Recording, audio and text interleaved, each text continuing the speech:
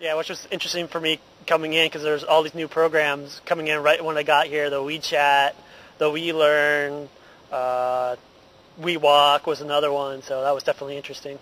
Yeah, there's been lots going on. You're arriving at an exciting time when there's new things going on.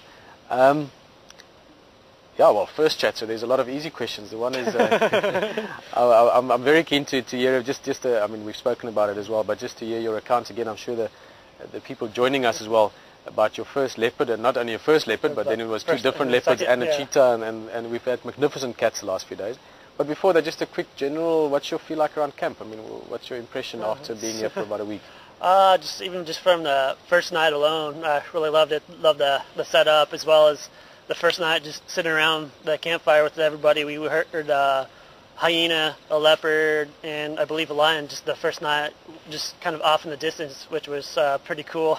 That we knew. It's pretty much in Africa, and pretty much just from the first few minutes here, I know I'm going to love it. I'm going to try to stay as long as I can out here. It's just been an amazing experience so far. Just haven't even been here a week and saw so many different animals, so many amazing things. And yeah, my first time seeing a leopard, and kind of two in the same day, as well as a cheetah. A cheetah is one of my favorite animals as well, and it was really cool. And as Peter was kind of just driving to our surprise, I was kind of hoping it was a cheetah, and sure enough, it kind of was. It was just amazing. It's always amazing to see any signs of life. So yeah, no, it certainly was.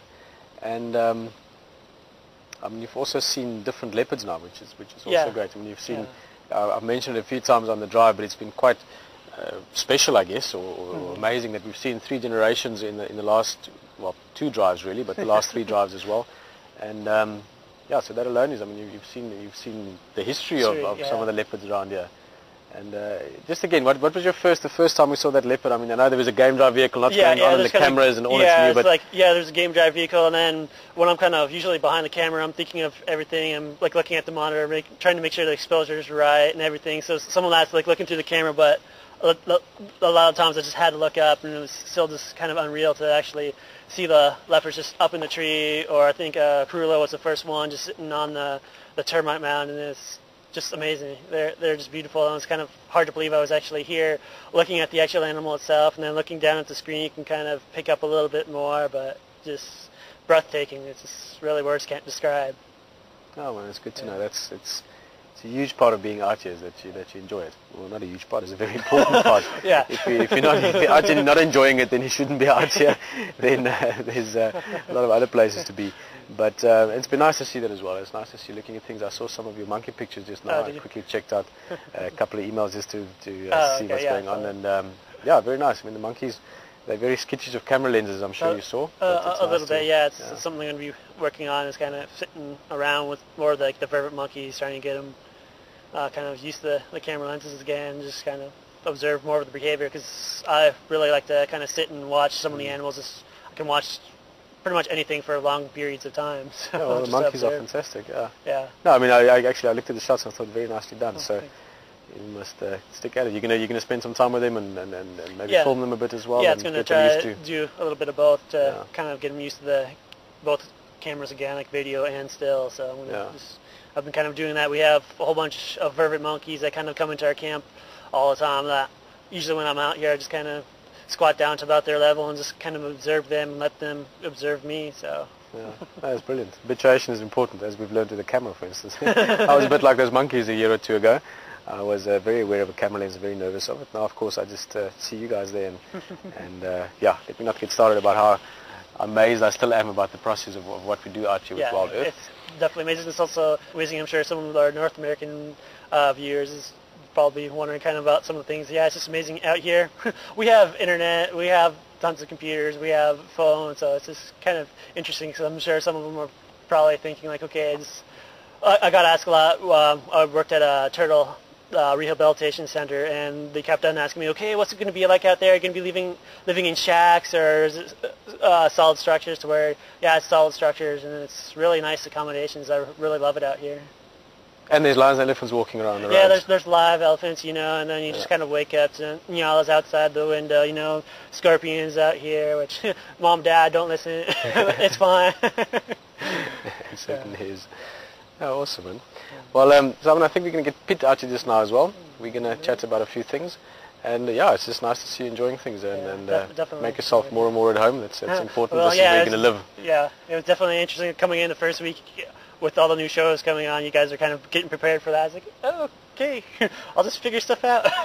That's how it works. So we're still figuring stuff out. That's at least how I look at it. Yeah. It's most important, and again, I say this often, but it's important to have fun. Yeah, it's all been fun. Just the learning, kind of the trial by fire type of thing is really good. Like the first few days is getting thrown 3 different cameras, like especially the IR camera is really interesting. So it's always just fun to learn that stuff, and more fun to do it on the fly, and even more fun doing it out on the roads out there. No, the road certainly had a bit of a challenge. Wait till they get muddy when the rains come. Then you'll be doing it sometimes outside the car as well. Exactly. You start getting stuck.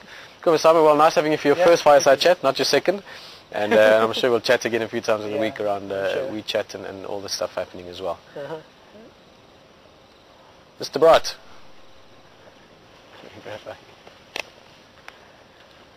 Hello everyone. Are you guys getting cold?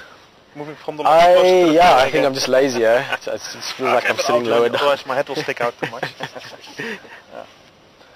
A glass of water for you. Oh, I was just thinking whether you've got some for me as well. An extra one as well. Simon missed his, so we've got extra water.